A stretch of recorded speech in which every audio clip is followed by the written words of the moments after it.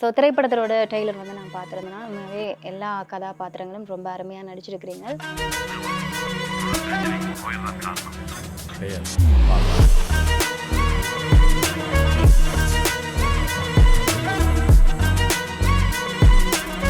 என்ன நீங்க சொல்லுங்க, இந்த டஃப்பான விஷயங்கள் ஏதாச்சும் இருந்துச்சா? இல்ல அங்க ஆக்டிங் மட்டும் தான் இருந்துச்சு. பட் எல்லாம் த்ரில்லிங்கா காட்டணும் அப்படின்னு எதுவும் செஞ்சாங்களா? ஃபுல்லாகவே காட்டுக்குள்ளே ஷூட் பண்ணது. அநேகம் புதுக்குடியிருப்பு காடு உண்டு. அது கரடி புலி எல்லாம் இருக்கிற காடு, யானை எல்லாம் சரியான மோசமான. 1 மணி இருக்கு முன்னே ஆர்மி போலீஸ் எல்லாம் வந்து சுற்றி ரவுண்ட் அப் பஸ் கண்ணெல்லாம். ஸோ திரைப்படம் நான் பார்க்கும் பொழுது ஒரு கேர்ளை மையப்படுத்தி இருக்குமோ அப்படின்றது படத்தின் ஒரு இதயமா உமனிசம் இருக்கு, மூளையா இந்த படத்தின் ஸ்கிரிப்ட் இருக்கு. இந்த திரைப்படம் வந்து பொதுவாகவே டிஆர்எம் பிக்சர் வந்து 2 மொழிகள்லையும் எடுக்கிறது வழமை. அது பாடல்களாக இருந்தாலும் சரி, இப்போ இந்த படம் தான் சரி, அதை எடுக்கிறதுக்கு ரீசன் என்ன?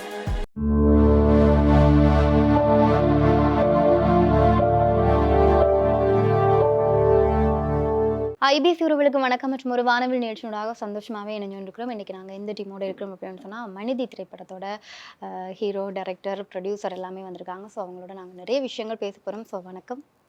வணக்கம். முதல்ல 2 பேரும் எப்படி இருக்கிறீங்க? நல்லா இருக்கிறீங்க. நான் ரொம்ப சூப்பராக இருக்கேன். ஸோ திரைப்படத்தோட ட்ரெய்லர் வந்து நான் பார்த்துருந்தேன்னா, உண்மையாவே எல்லா கதாபாத்திரங்களும் ரொம்ப அருமையாக நடிச்சிருக்கிறீங்க. அவனுக்கு நல்லாவே தெரிஞ்சிருக்கு.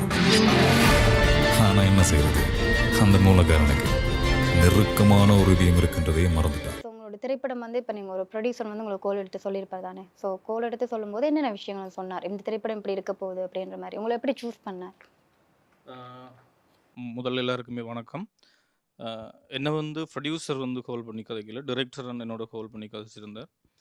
நான் முதல் செய்த திரைப்படங்களை பார்த்து அவருக்கு பிடிச்சது என்னவோ தெரியல. அப்படி ஒரு கரெக்டரோ இல்லாட்டி நான் அப்படி நடிப்பனோ அவருக்கு என்னுடைய நடிப்பு பிடிச்சிருந்ததாலேயோ என்னவோ தெரியல. என்னோட கால் பண்ணி பர்சனலாக முதலே கதைச்சி வச்சுருந்தேன். விஷன் இப்படி ஒரு இது இருக்குது, நீங்கள் வந்து செய்தோம்னு சொல்லி நான் ஓகே பண்ணியிருந்தது. அதுக்கு பிறகு ஒரு குறிப்பிட்ட காலங்களுக்கு பிறகு இப்படி ஒரு லொக்கேஷன் ஒன்று வேணும். நான் பண்ணி தானே, முல்லைத்தீவு மாவட்டம். அப்போ இங்கே இருந்து டைரக்டர் வந்து அங்கே வந்தவர் காரில் 3 பேர். யார்?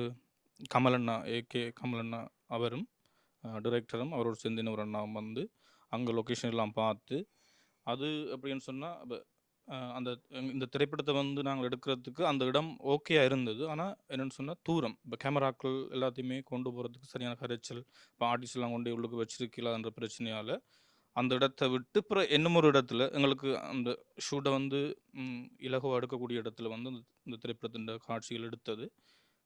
அவர் கூப்பிட்டு இருந்தார், நான் போயிருக்கிறேன், நடிச்சிருக்கிறேன்.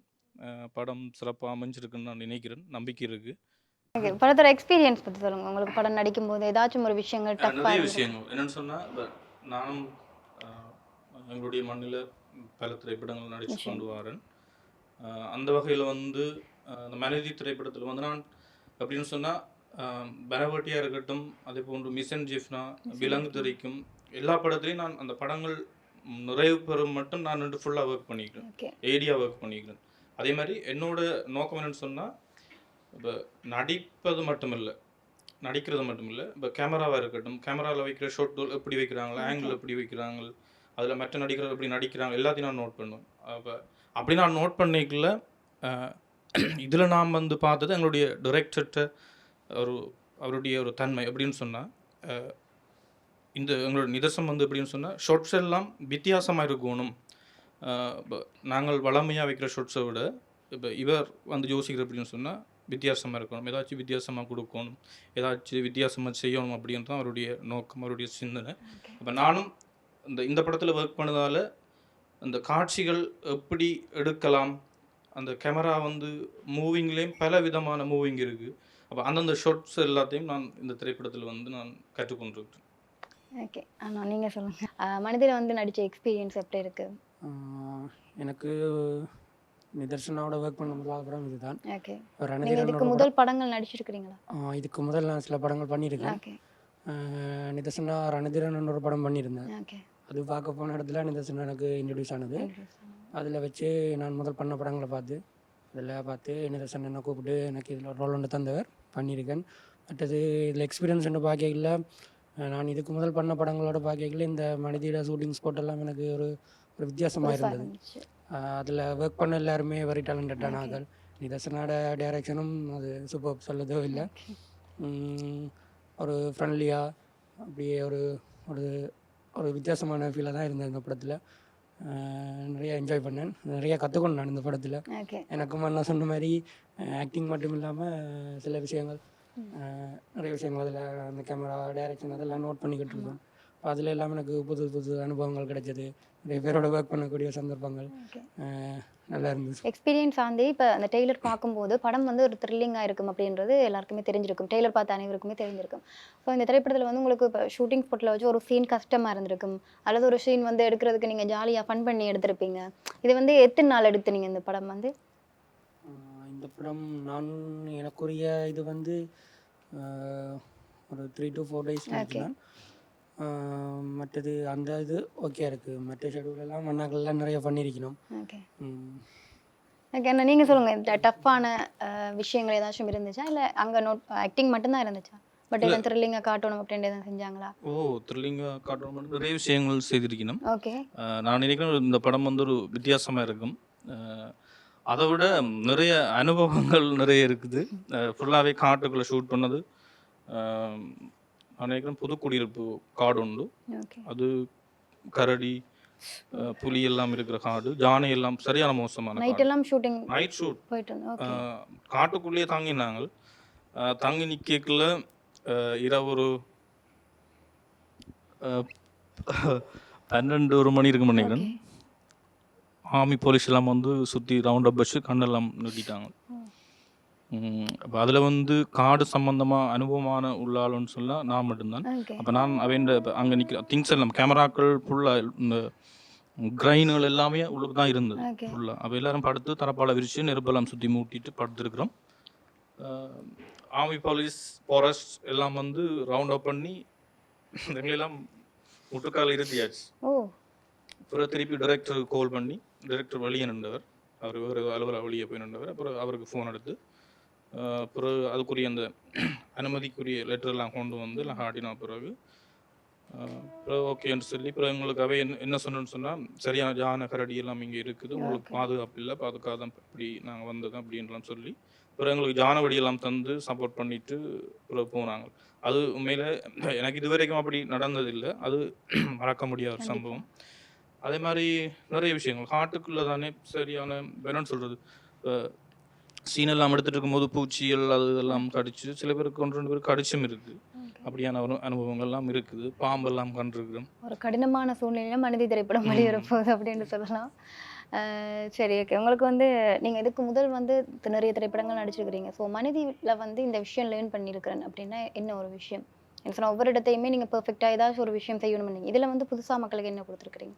புதுசான்றது நான் நினைக்கிறேன் இந்த படத்தை பார்த்த பிறகு எல்லாருக்குமே தெரியும் நினைக்கிறேன். ஓகே. படமே ஒரு புதுசாக தான் இருக்கும் எல்லாருக்கும். ஏன்னா இது வரைக்கும் நான் நடித்த திரைப்படங்களில் தாண்டி இந்த திரைப்படத்தில் எனக்கு ஒவ்வொரு படங்கள் ஒவ்வொரு அனுபவத்தை தந்து கொண்டிருக்கு. அந்த வகையில் வந்து எங்களுடைய மனிதி திரைப்படம் உண்மையில் ஒரு வித்தியாசமான படமாக இருக்கும். இப்போ நீங்கள் வந்து இந்த டைட்டிலை பார்த்துட்டு தியேட்டருக்கு போகிறீங்க, உள்ளுக்கு போய் நீங்கள் உள்ளுக்கு இருந்து படத்தை பார்க்குறீங்க. படம் பார்த்து முடிய உங்களுக்கே தெரியும் இந்த படம். நீங்கள் ஸ்டார்ட்ல வந்து ஏதோ யோசிப்பீங்க, ஆனால் படம் முடியக்க வித்தியாசமாக முடியும். ஆமாம், நான் அந்த டெய்லரை பார்த்த வரைக்கும் என்னோட மைண்ட் செட்டில் இது அப்படி வந்து என்னன்னு சொன்னால், இப்போ எனக்கே அந்த திரைப்படத்தின் கதை ஃபுல்லாக தெரியாது. ஓகே. அப்போ நான் நடிச்சு கொண்டு போய்களே எனக்கே ஒரு வித்தியாசமாக இருக்குது. ரைட், நான் இப்போ இதுக்கான இப்போ எனக்கே இப்போ நடிச்சு கொண்டு இருக்கே நான் நினைச்சது எந்த கேரக்டர் வந்து இதுதான் அப்படின்னு சொல்லி, ஆனால் அது இல்லை. அது இல்லை. பிறகு அப்படி இருக்குது. பிறகு திருப்பி கொஞ்சம் அந்த ஷூட் போய்கிட்டு அப்படி குழப்பமாக இருக்குது, எனக்குள்ளேயே குழப்பமாக இருக்குது. ஆனால் சிறப்பாக அமையும், அது வித்தியாசமாக இருக்குமென்று நான் எனக்குள்ளே தோணுது. கண்டிப்பாக நான் வந்து டெய்லர் பார்த்துருந்தேன்னா உண்மையிலேயே வேறு லெவலில் இருக்குது. நாங்கள் கதைகளை பற்றி நிறைய விஷயங்களை நாங்கள் சொல்லலாம். அது என்ன, கண்டிப்பாக நீங்கள் அதெல்லாமே தியேட்டரில் போய் பார்த்தா தான் அவங்களுக்கு விளங்கும். ஸோ அவங்க நடிச்சிருக்கிறாங்க, அவங்களோட எக்ஸ்பீரியன்ஸ் அல்லது அவங்க லேர்ன் பண்ண விஷயங்களை வந்து ஷேர் பண்ணாங்க. ஸோ அண்ணா நீங்கள் சொல்லுங்கன்னா, மக்களுக்கு இந்த திரைப்படத்துக்கு இப்போ ஒவ்வொருத்தரும் ஈழத்தில் சினிமாவை ரிலீஸ் பண்ணும்போது ஏதாச்சும் ஒரு கருப்பொருளை வச்சு தான் நாங்கள் ரிலீஸ் பண்ணுவோம். ஸோ மக்களுக்கு நீங்கள் இந்த திரைப்படம் சார்பாக என்ன சொல்ல விரும்புகிறீங்க?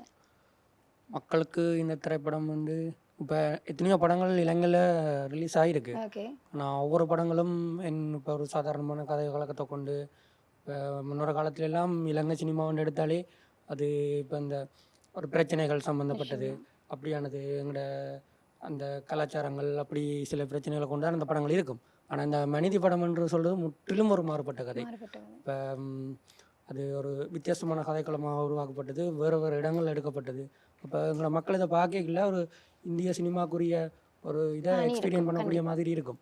அது தென்னிந்திய படங்களை பார்த்து பார்த்து எங்களோட மக்களும் இன்ஸ்பயர் இருக்கணும். ஆனால் இந்த படம்ன்றது சொல்லல மனிதி அது ஒரு வித்தியாசமான ஒரு ஃபீலாக இருக்கும். எல்லாருமே அதை பார்த்துட்டு பாராட்டக்கூடிய சான்சஸ் நிறைய இருக்குது. அப்படியான படைப்புகளை தான் நாங்கள் மேலும் கொடுத்து கொண்டு வரோம். கண்டிப்பா இந்த படம் ரிலீஸ் பண்ணதுக்கு அப்புறமா தான் தெரியும் மக்கள் வந்து எந்த அளவு தூரம் எங்களுக்கு ஆதரவு கொடுத்துருந்தாங்க அப்படின்னு சொல்லி.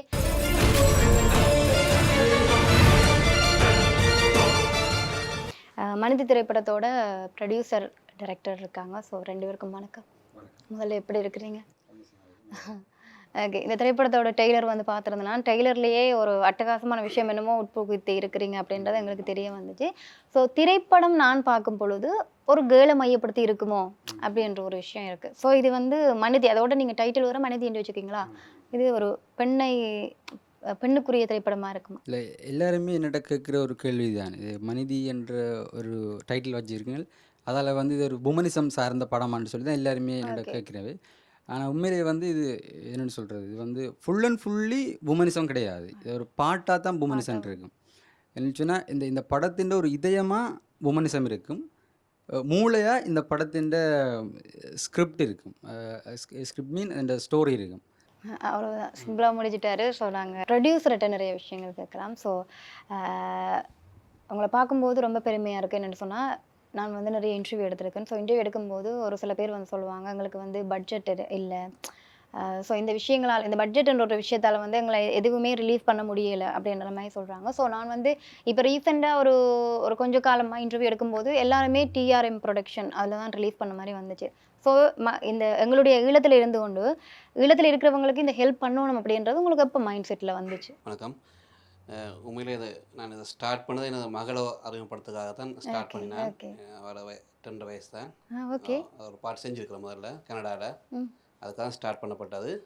அப்புறம் தான் அந்த ஈழத்துக்கு கலைஞட பிரச்சனைகளை பார்த்து நான் அவங்களுக்கு யாரும் ப்ரொடியூஸ் பண்ண யாரும் இல்லை என்று 2 தொடர்பு கொண்டவங்க. ஓகே. அந்த அடிப்படையில் ஒரு ஹெல்ப் பண்ணலாமன்ட்டு நாங்கள் ஸ்டார்ட் நீங்கள் பண்ணோம். வெளிநாடு? ஆமாம், கனடா. ஓகே. கனடாவில் இருந்துட்டு எங்களுடைய ஈழத்து சினிமாவுக்கு அவர் ஹெல்ப் பண்ணுறார் அப்படின்னும்போது உண்மையாகவே எனக்கு ரொம்ப பெருமையாக இருக்குது. மனிதி திரைப்படத்தை பற்றி உங்களோட கருத்துக்கள்?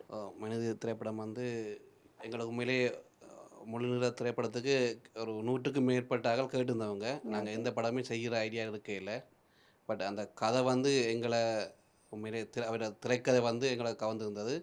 அதால் மட்டும்தான் இந்த படத்தை ரிலீஸ் பண்ணாங்க. அதாவது 100 கதையை ரிஜெக்ட் பண்ணக்கூடாது அடுத்த படம். இவர் உடனே கதை சொன்னப்போ உங்களுக்கு பிடிச்சது, உடனே பிடிச்சது. அதாவது கதை கொண்டு போகிற விதம் வந்து பிடிச்சி, ஸ்க்ரீன் பிளே வந்து ஒரு வித்தியாசமாக இருந்துச்சு. அந்த அடிப்படையில் இந்த படத்தை ஓகே பண்ணோம். இதுவரையான காலங்களில் வந்து பாடல்கள் மட்டும் எடுத்துகிட்டு இருந்தீங்க. ஸோ இது வந்து உங்களோட ஃபர்ஸ்ட் ஃபியூச்சர் ஃபிலிம். ஸோ இது ஃபிலிமுக்குள்ளே இறங்குறதுக்கு மெயின் ரீசன் இல்லை, நாங்கள் ஈழத்து சினிமா வளர்க்குறது தான் எங்களோட ஒரு ஐடியா. அதை வந்து ஒரு முன்னுக்கு கொண்டு வர ட்ரை பண்ணுறோம். பட் அதுக்கு பல தடைகள் இருக்கின்றன. பார்ப்போம், அது பெருமையாச்சு எடுக்கிறோம். சரி, டைரக்டர்கிட்ட வந்து நிறைய விஷயங்களை கேட்டுக்கொள்ளலாம். ஸோ மனித திரைப்படத்துக்கு வந்து ஆக்களை வந்து எப்படி சூஸ் பண்ணீங்க? இப்போ நிறைய கதாபாத்திரங்கள் அந்த திரைப்படத்தை பொறுத்தவரை நடிச்சிருக்கும். ஸோ அதுலேயும் மெயினாக வந்து நீங்கள் ஒரு கேர்ள் வந்து இருக்கிறீங்க. இந்த திரைப்படத்தில் ஒரே ஒரு கேர்ள் மட்டும் நடிச்சிருக்காங்க அப்படின்னு கூட சொல்லலாம். ஸோ எப்படி கண்டாக்ட் பண்ணீங்க? நான் வந்து பொதுவாகவே இந்த கேரக்டர்ஸ் எல்லாம் எப்படி நான் செலக்ட் பண்ணேன்னு சொல்லிச்சேன்னா, நான் வந்து ஒரு ஃபேஸ்புக்கில் வந்து எங்களை இப்போ டிஆர்எம் பிக்சர், இப்போ சமூக ஊடகங்களாக இருக்கட்டும், என்னுடைய சோஷியல் மீடியா இருக்கட்டும், எல்லாத்துலேயும் வந்து நாங்கள் வந்து ஒரு கேஸ்டிங் கோல் மாதிரி ஒன்று ரிலீஸ் பண்ணியிருந்தாங்க. அப்போ அதை பார்த்து எனக்கு கால் பண்ணி இப்படி சான்ஸ் தர முடியுமான்னு கேட்டாக்கில் தான் கூடுதலாக வந்து நம்ம வந்து சூஸ் பண்ணியிருந்தாங்க. என்னில் யார் நம்பிக்கை இருக்கோ அவருக்கு மட்டும்தான் வந்து நாங்கள் சான்ஸ் கொடுத்தனால. இப்போ என்ன சொல்கிறது, இப்போ இந்த படத்தின் லீட் ஆக்டருக்கு வந்து நான் நிறைய இடம் தேடினேன். அதுக்கு மட்டும் நான் நிறைய இடம் தேடினேன். ஏன்னு சொன்னால் ஒரு 4 கேரக்டர் வந்து மெயின் கேரக்டர்ஸ். அப்போ அந்த 4 கேரக்டரும் வந்து உண்மையிலே வந்து ஒரு எக்ஸ்பீரியன்ஸான ஆக்களை வந்து நாங்கள் சூஸ் பண்ணால் பெட்டர் எனக்கு. ஏன்னு சொன்னால் இது பெரிய ஒரு டீமே வந்து ஒர்க் பண்ணுது. அப்போ அதுக்கு ஒரு செலவு வந்து கூட. அப்போ ஒரு நாளைக்கு வந்து நாங்கள் வந்து ஷூட்டிங் ஸ்பாட்டுக்கு போயிட்டு நாங்கள் ஒரு புதுமுகத்தை கொண்டு வந்து வச்சு அவைக்கு வந்து பழக்கி எடுத்துகிட்டு இருக்கல. ஓரளவுக்கு எக்ஸ்பீரியன்ஸ் ஆகிடுச்சுன்னு சொன்னால் நாங்கள் வந்து 1-2 டேக்ஸ்லேயே வந்து அதை வந்து முடிச்சுக்கொள்ளக்கூடிய மாதிரி இருக்கும். அப்போ அதால் வந்து நாங்கள் ஓரளவு எக்ஸ்பீரியன்ஸ் ஆனாங்க தான் அந்த இதுக்கு சூஸ் பண்ணால் அதுக்கு மட்டும் நாங்கள் ஸ்பெசிஃபிக்காக சில பேர் மூலமாக தொடர்பு கொண்டு எடுத்திருந்தாங்க. ஓகே. இப்போ ஈழத்து சினிமாவை பொறுத்த வரைக்கும் ஒரு கேர்ளாக ஒரு திரைப்படம் நடிக்கிறது அப்படின்றது உங்களுக்கு அந்த ஃபீல்டில் இருக்கிறபடியாக தெரியும். ஸோ நிறைய நெகட்டிவாக பாசிட்டிவாக சொல்கிறத விட இல்லாத கதைகளை உருவாக்கி கூட நிறைய பேர் கதைக்கிறாங்க. ஸோ நீங்கள் வந்து எங்களுடைய மைதிலியை வந்து இந்த திரைப்படத்துக்கு எடுத்ததுக்கு மெயின் ரீசன் அவங்க வந்து நீங்கள் ஸ்டோரி சொன்னப்போ அவங்க ஓகே பண்ணிட்டாங்களா உடனே? ஓகே நான் செஞ்சு தரேன் அப்படின்னு சொல்லிட்டாங்களா? ஆமாம். நீங்கள் 2 கேள்வி கேட்டுறீங்க. 2 கேள்விக்கு நான் பதில் சொல்கிறேன். ஓகே. ஒன்று வந்து நீங்கள் மைதிலி வந்து இந்த படத்துக்கு வந்து சூஸ் பண்ணிக்க என்ன மாதிரி ஓகே சொன்னவாண்டு தான் நீ கேட்டிருந்தீங்க. அதுக்கு வந்து என்ன பதில்னு சொல்லிச்சுன்னா, ஓகே நாங்கள் வந்து வளமையாக எல்லாரையும் ஆடிஷன் பண்ணுற மாதிரி அவள் வந்து கூப்பிட்டுருந்தது. அவளுக்கு வந்து அவளுக்கு வந்து ஃபுல் ஸ்கிரிப்டே சொன்னான், ஃபுல் ஸ்டோரி ஸ்டார்ட்லேருந்து என் மட்டும் படத்தின் மொத்த கதையுமே சொன்னான். அவளுக்கு சொன்ன உடனே பிடிச்சி கொண்டு உடனே ஓகே நான் பண்ணிடலாம், பிரச்சனை இல்லை, நான் கண்டிப்பாக இதில் வந்து பண்ணித்தரேன்னு சொல்லிட்டேன். 2வது கேள்வி கேட்டிருந்து நீங்கள் வந்து இப்போ இங்கே வந்து ஒரு ஃபீமேலாக வந்து இந்த என்ன சொல்கிறேன் இந்த இண்டஸ்ட்ரிக்கு வர்றதுக்கு வந்து பெரிய ஒரு தடங்களாக இருக்குது. என்ன மாதிரி அதை ஃபேஸ் பண்ணுறதுன்னு சொல்லி நான் இது ஒவ்வொருத்தட்ட பார்வை ஒவ்வொரு மாதிரி இருக்குது. நான் என்ன யோசிக்கிறேன்னு சொல்லிச்சேன்னா, நாங்கள் வந்து அதாவது வந்து அந்த டீமை வந்து வழி நடத்துகிறவர் வந்து சரியாக வழி நடத்தினா கண்டிப்பாக வந்து அவைக்குரிய அங்கீகாரம் கிடைச்சே ஆகும். நான் நிறைய இதெல்லாம் பார்த்துருக்கேன். சில இதை வந்து மிஸ்யூஸ் பண்ணுற காரணத்தால் வந்து இண்டஸ்ட்ரிக்குள்ளே வந்து நுழையிறக்கே பயப்படினோம். இல்லை அது வந்து இப்படி மாறி போயிடுமோன்னு சொல்லி மைதிலிக்கு வந்து நாங்கள் பெரிய ஒரு நம்பிக்கையை கொடுத்து தான் திருப்பி நாங்கள் அனுப்பியிருந்தேன். கண்டிப்பாக நீங்கள் வந்து இப்போ கேட்டால் கூட ஒரு படத்தில் வந்து நடிக்க வாங்கன்னு சொல்லிச்சுன்னா கண்டிப்பாக மாட்டேன்னே சொல்ல மாட்டாங்க. நாங்கள் கொடுத்து அனுப்பின நம்பிக்கை அப்படி வந்து எல்லாரும் இருந்தால் கண்டிப்பாக போகக்கூடிய மாதிரி இருக்கும். ரொம்ப சூப்பரான ஒரு விஷயம் சொன்னீங்க. அவங்களோட வேலை செய்கிறவங்க நம்பிக்கை கொடுத்தாலே காணும் அப்படின்னு நான் நினைக்கிறேன். இந்த கதை கொஞ்சம் வித்தியாசம் சார்.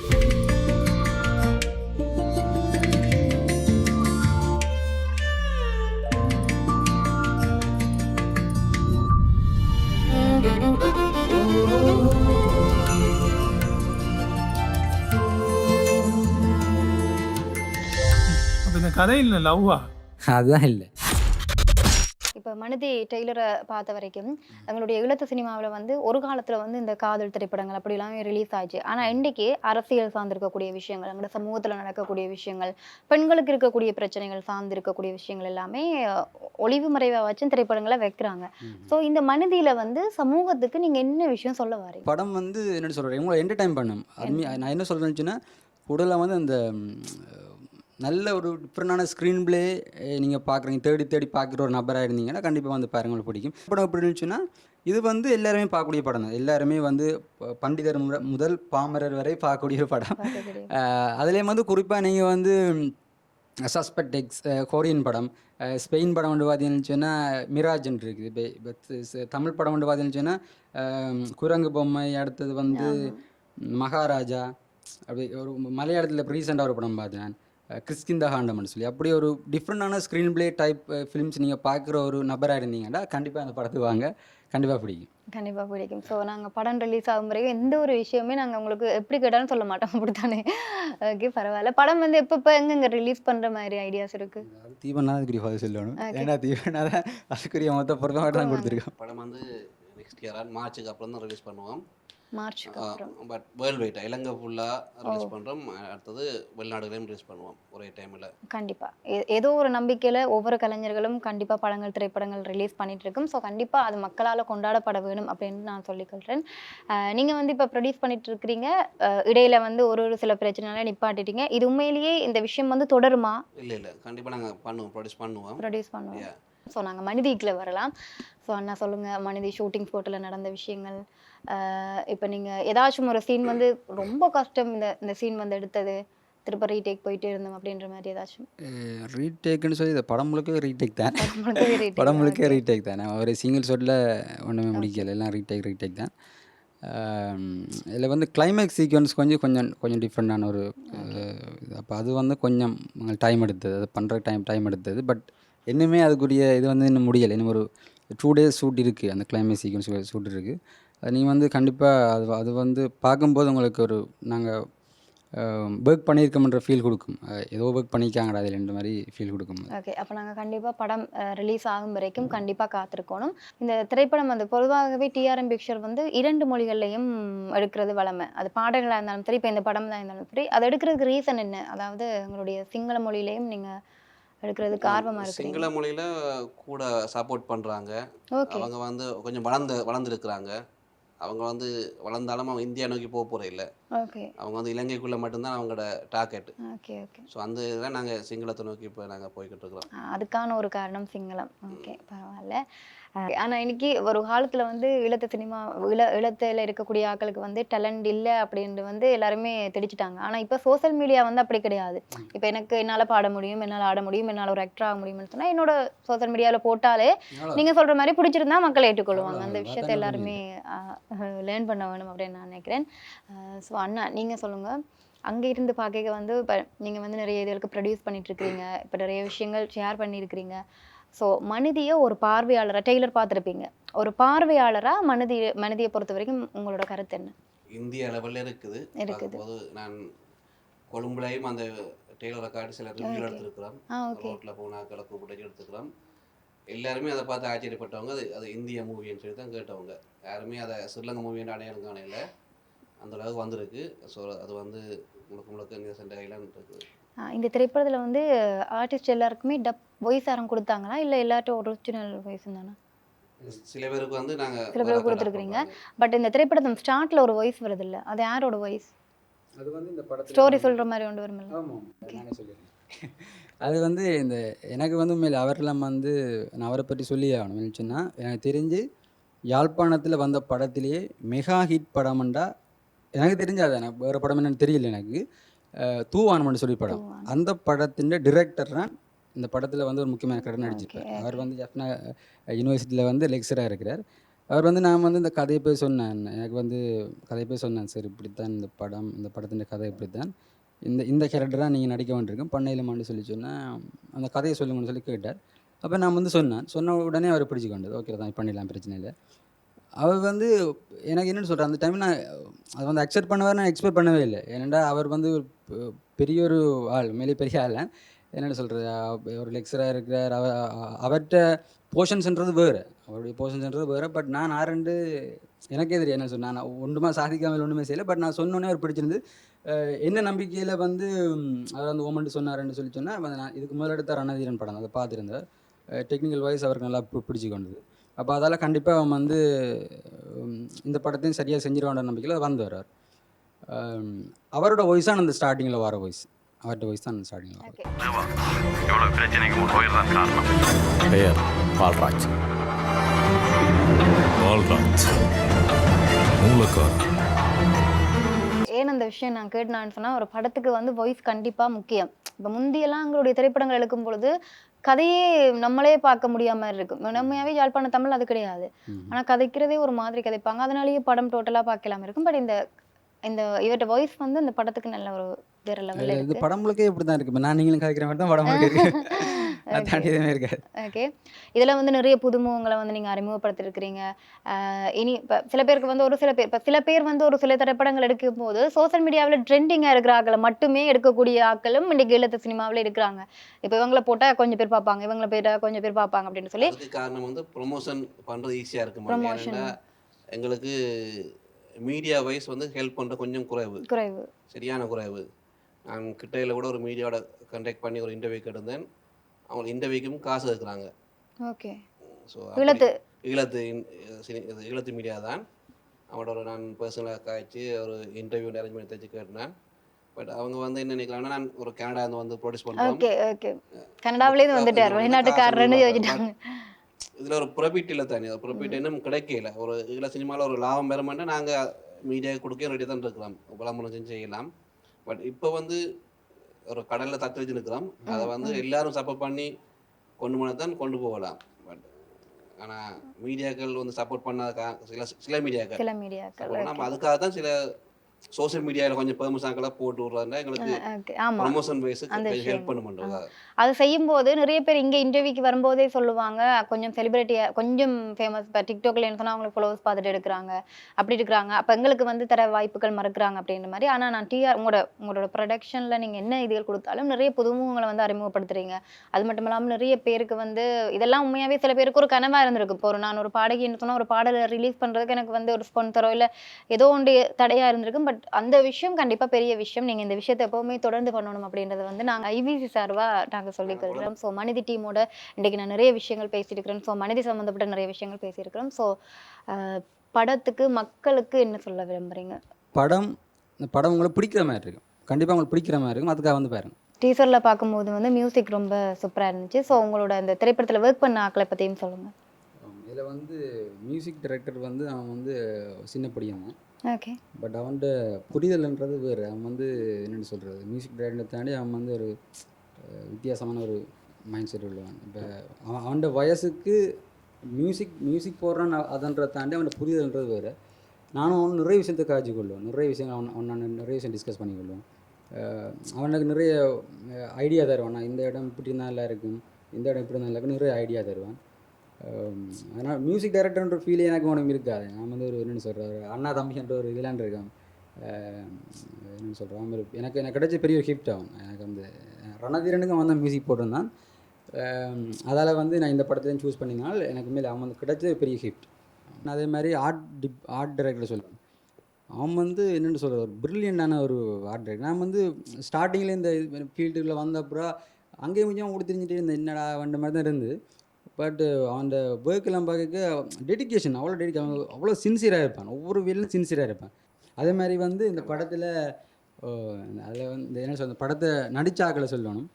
நடிச்சாக்கள் வந்து உண்மையிலே வந்து நிறைய பேர் வந்து காசே வாங்கும்போது நிறைய பேர் நடிச்சிருந்தாங்க. அவங்களுக்கு வந்து என்னில் ஒரு நம்பிக்கை வச்சு அங்கேருந்து வந்து நடிச்சிருந்தோம். நிறைய பேர் வந்து காசே வாங்காமல் நிறைய பேர் நடித்து தந்திருந்தோம். நாங்கள் வந்து பட் எல்லாருக்குமே வந்து ட்ராவலிங் அண்ட் ஃபுட் கொடுத்துருந்தாங்க. அவங்களுக்கு வந்து நாம் வந்து அவங்க வச்ச நம்பிக்கைக்கு நான் கொடுக்குற ஒரே விடயம் பார்த்துன்னு சொன்னால் இந்த படத்தை ஹிட் பண்ணி கொடுக்கணும். அதான் மேட்ரு. அது தவிர எனக்கு எதுவுமே ஏன்னா அவன் என்ன வந்து நம்பி வந்து நடிச்சு தந்தான். நான் அவனுக்கு திருப்பி செய்கிற ஒரே விஷயம் இந்த படத்தை ஹிட் பண்ணி கொடுக்கணும். கண்டிப்பாக நான் வந்து என்னோட 100% எஃபெக்டை போட்டு அந்த படத்தை வந்து ஃபுல்ஃபில் பண்ணி எடுத்து கொடுப்பேன் அவருக்கு. அதே வந்து கமலண்ணாவை சொல்லி ஆகணும், சினிமாட்டோகிராஃபர். என்னென்னு சொல்கிறது, நான் அவரோட வந்து ஒர்க் பண்ணல வந்து நிறைய விஷயத்த படிச்சுக்கணும். நான் வந்து என்னென்னு சொல்கிறது, இப்போ சாதாரணமாக நடந்து கொள்வார், இயல்பாக என்னென்னு சொல்கிறது சாதாரண நடந்து கொள்வார். தான் பெரிய ஒரு சினிமாட்டோகிராஃபர் அந்த ஒரு இதிலே இல்லாமல் நடந்து கொள்வார். பட் நான் வந்து நிறைய என்னென்னு சொல்கிறது ஹாலிவுட் படங்கள் பார்க்குறேன். எனக்கு வந்து ஆங்கிள்ஸ் எனக்கு இப்படி வேணும் எனக்கு இப்படி வேணும்னு சொல்லி நிறைய ப்ரெஷர் பண்ணுவார் போட்டு. அப்போ அவர் சொல்லுவாடே இதெல்லாம்டா, அதுக்கு கிரெயின் வேணும்டா, இது நிறைய எக்யூப்மெண்ட்ஸ் வேணும்டான்னு சொல்லி, இல்லை நான் விடா எனக்கு இப்படி தான் வேணும்னு நினைப்பேன். பட் இருந்தாலும் இருக்கிற எக்யூப்மெண்ட்ஸை வச்சு அதை எப்படி எடுக்கணுமோ அப்படி எடுத்து தந்தவர். ஓகே. மார்ச் மாதம் எத்தனையாம் தேதின்றது இது பண்ணிட்டீங்களா? இல்லை எனக்கு தான், ஆனால் மார்ச் வந்து ரிலீஸ் பண்ணிடுவாங்க. கண்டிப்பாக மக்களே, நம் நாட்டு கலைஞர்கள் இன்றைக்கு வரைக்கும் தென்னிந்தியாவில் நிறைய பேர் சாதிச்சுட்டு இருக்காங்க. பட் எப்போவுமே உங்களோட அன்பும் ஆதரவும் அவங்களுக்கு இருக்கணும். ஸோ மனிதி டீமுக்கு நீங்கள் சப்போர்ட் பண்ணணும் அப்படின்னு சொல்லிக்கொண்டு இன்றைக்கி வந்து மனிதி டீமோட நிறைய விஷயங்கள் பேசுகிறதுல எனக்கு ரொம்பவே சந்தோஷம். ஸோ இப்படியான அடுத்த ஒரு வானவில் நிகழ்ச்சியில் உங்களை சந்திக்கும் வரை விடைபெறும் நான் நன்றி உங்கள் லக்ஷனா.